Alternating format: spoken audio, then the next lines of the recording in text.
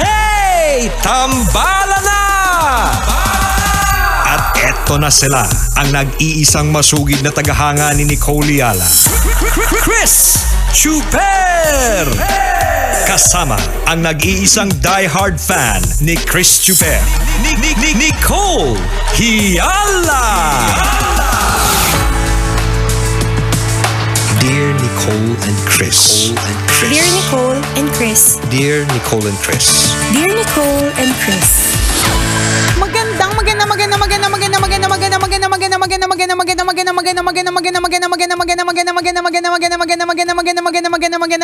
Magandang tanghali mga tambalanisa, mga kabisyo, mga kabasic. Hi partner.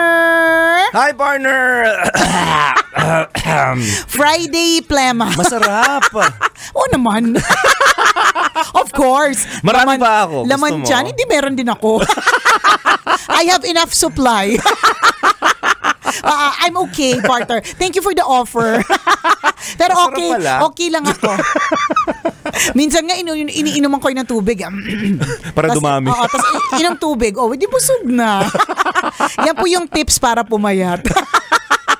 Speaking of tips, meron tayong tambalanisa na nagtatanong. Sabi niya, Dear Nicole and Chris, tambalanisan niyo po ako since 2007. Simula nung wala pa po akong asawa hanggang ngayon na meron na po akong 3-year-old. I am going to another country with my 3-year-old for the first time. Baka naman po meron po kayong tips na pwedeng ibigay po sa akin kung paano magiging enjoyable yung trip. Thanks and God bless. Ayan. Okay. Una sa lahat, magiging enjoyable talaga yan kapag meron talagang budget. Yan. Kapag binadgetan mo talaga ang isang bakasyon, ma-enjoy mo talaga yan kasi hindi ka masyadong mag-iisip Oo kung naman. anong, 'di ba? Kasi Magiging limitado kasi yung galaw mo pag wala kang budget. Relate. Meron kaming mga labas na talagang very, very out of budget. At dahil doon yung basta ang hirap ng kilos. So, kailangan una sa lahat, meron kang extrang budget. Lalong-lalo na kapag may batang kasama, tapos first time, ganyan. Pero yun yung mahalaga dyan. At syempre, importante, ako para sa akin, kung halimbawa first time sa isang lugar, it's always very safe na sumama sa mga tour packages. Yes. Oo, kasi kapag hindi mo paggamay ang isang lugar, tapos gusto mong ma-enjoy yung lugar na yan, nang mabilis, nang hindi ka na kailangan mag-isip kung paano pupunta, ayan, mag-join ka ng mga tour packages kasi meron yang kasamang hindi ka na itinerary, tapos hindi mo na kailangan mag-commute kasi meron silang kasamang sasakyan, mga ganon. Yun yung suggestion ko kung first time. At higit sa lahat, nako, importantatious talaga na na bantayan ng mga anak.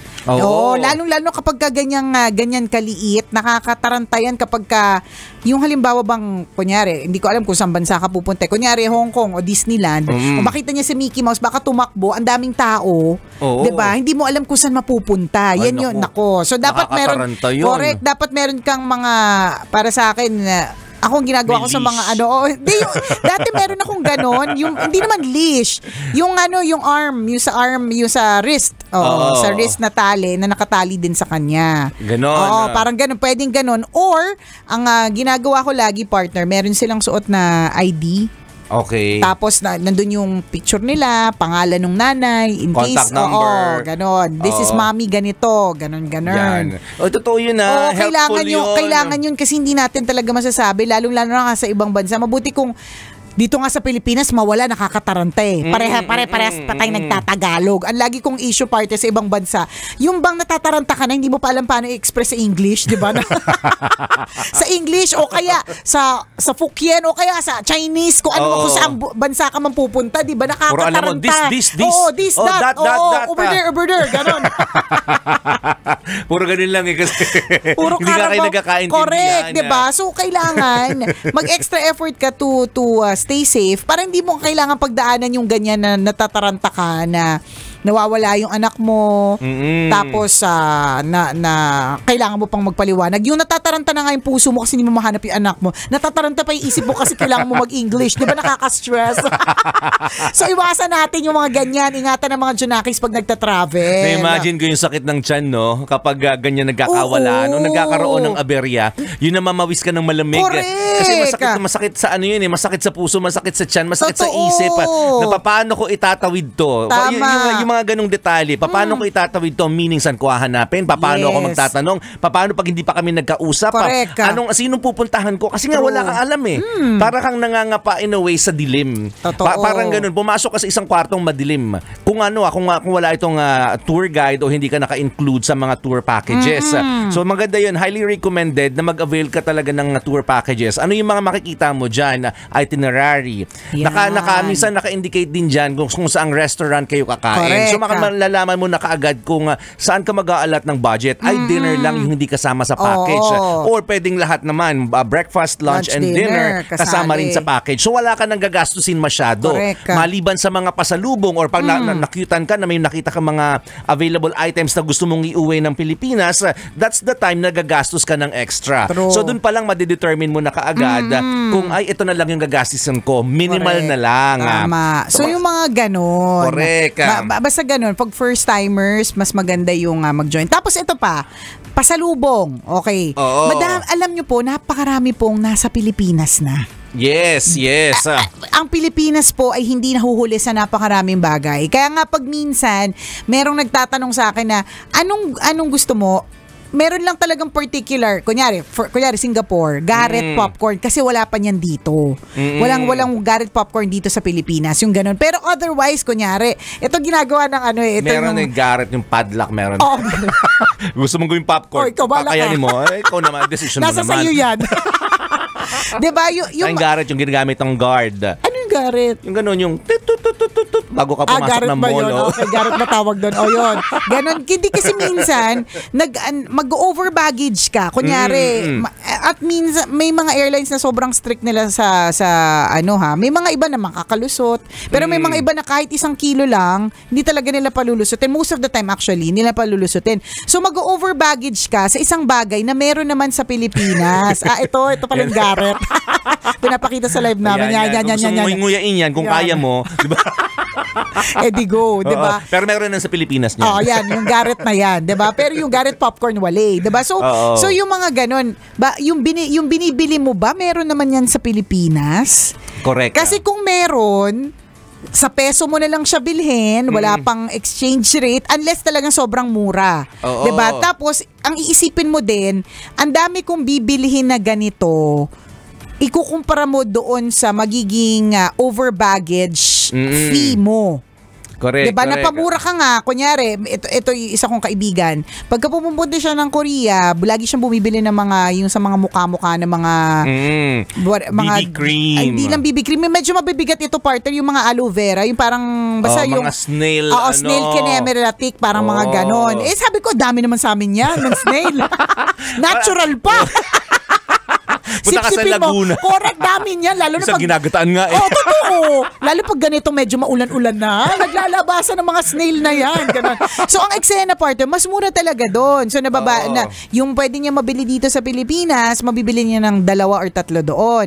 Okay. Good deal yun. Kaya lang, ang problema nga, ang naging ending, sobrang dami niyang binili, nagbayad siya ng excess baggage. Yung excess baggage, mas mahal pa kung bumili na siya dito sa Pilipinas. Kung nagmowa siya, gano'n.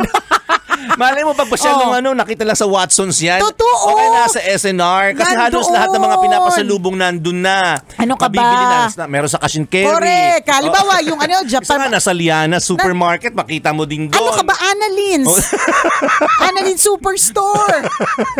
Nandiyan. Makikita mo talaga lahat available na sa napakaraming tindahan dito sa Pilipinas. Yung mga pasalubong. But madami lang din talaga sometimes na mas mura. Kaya lang yun nga ikukumpara mo dun sa excess baggage na babayaran mo. mo. 'Di ba? So kung ganun din lang, halimbawa, kunyari sa Japan partner, meron akong gusto ko talaga yung lychee na drink na nabibili siya na una kong natikman sa mga vendo. So habang nandun ako partner, ang mura lang niya doon. Parang kung i-convert sa pesos, parang nasa 50 or less pa nga ng 50 pesos eh. So, tas laging yung iniinom ko nag-uwi ako ng mga 4 lang, ganun. Kasi nga, compare ko dun sa bigat eh, di ba? Mami, sumabog pa sa mga gamit ko, di.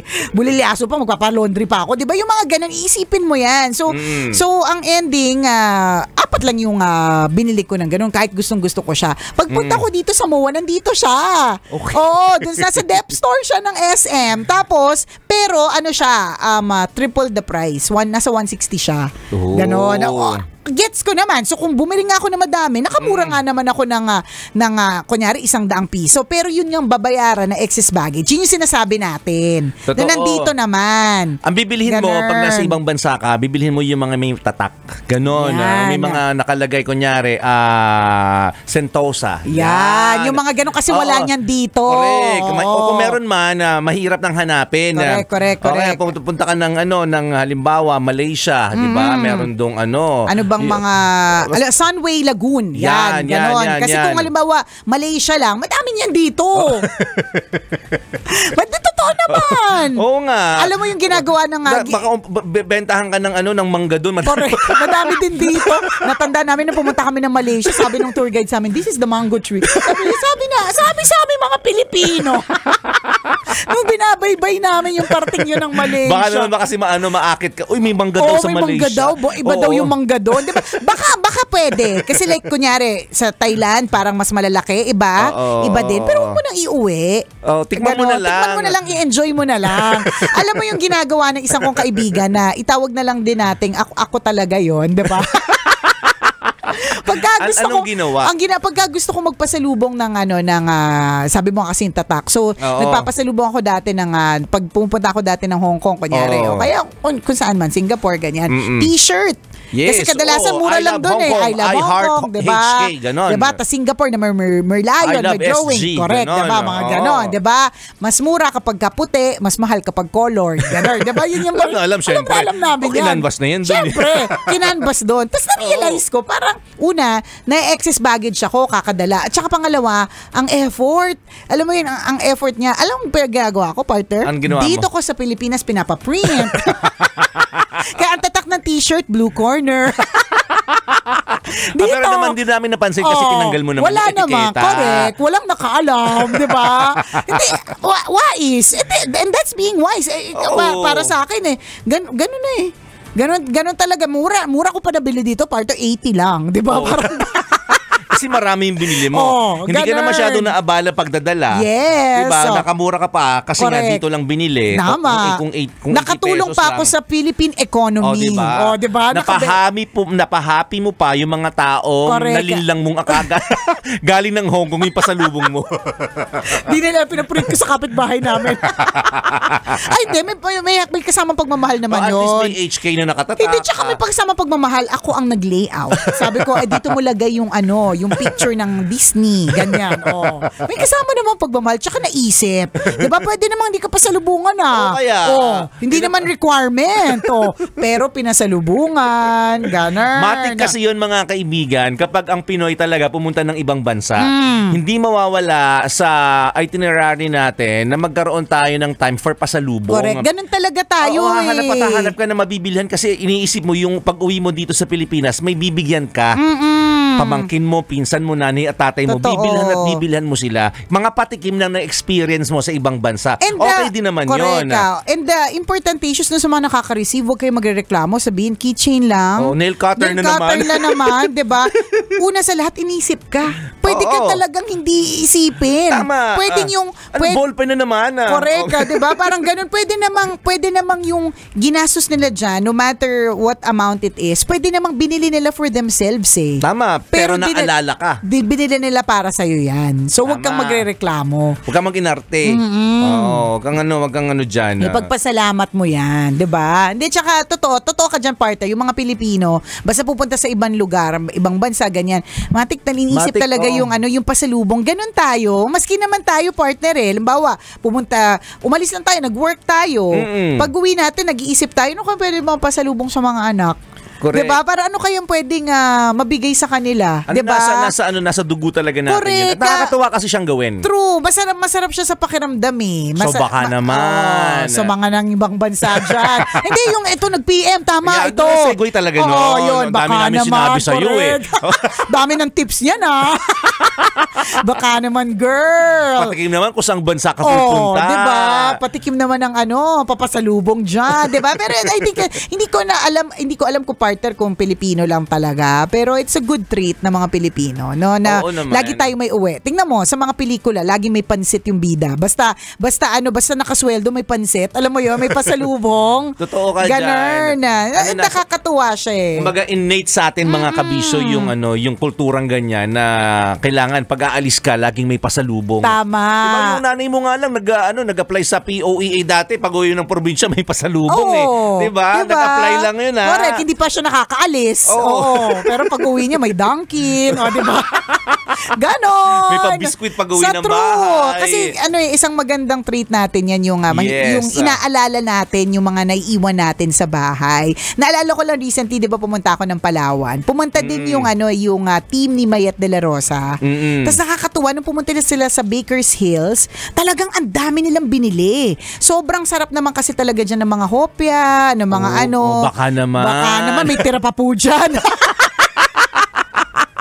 Baka naman. Kahit yung mga harina na lang nalaglag galing yung sa hopya. Yung mga crumbs. Diba? Tinitira pa namin yan. Pwede pang ihalo yan sa Amoy-amoyin ko na nga lang. Hindi lang yun, partner. So soft drinksan mo lang yan, diba? Meron na, diba? Nakakatuwa na iniisip nila yung ibang tao na naiwan nila, mga kasama nila sa branch Mayet de la Rosa, correct. family members, diba? Na kahit na mabigat tong box, diba? Dadalhin ko talaga. Para sa kanila. Correct. Kasi tinanong ko sila, anong gusto mag-tour? Ang una nilang sinabi, saan makakabili ng pasalubong? Diba? Yun kaagad. So, napakagandang trait ng mga Pilipino yan. Hanggang ngayon very evident natin yung trait na yan. Correct. Diba? Pagpatuloy lang natin kasi masaya naman talaga yung nag-share ng experience. Correct. Hindi lang ng blessing ng experience. Tikman mo tong sampalok galing Thailand. Kahit diba? alam naman natin na may sampalok dito. Totoo. Diba? Iba din yung feels pag alam mong galing sa Thailand. Parang iba yung hangin. Ganun ba? Sharing is caring. Correct. Kailangan pa bang i-memorize yan? Basic. Muli ako po si Nicole Ayala. At ako naman si Cambio kay Chris Chuper. Na nagpapaalala, una magdasal ka para mabuhay ka. Pangalawa mag-toothbrush ka para mabuhay naman iba. Yun! Kailangan pa bang i-memorize yan? Love Radio. Basic!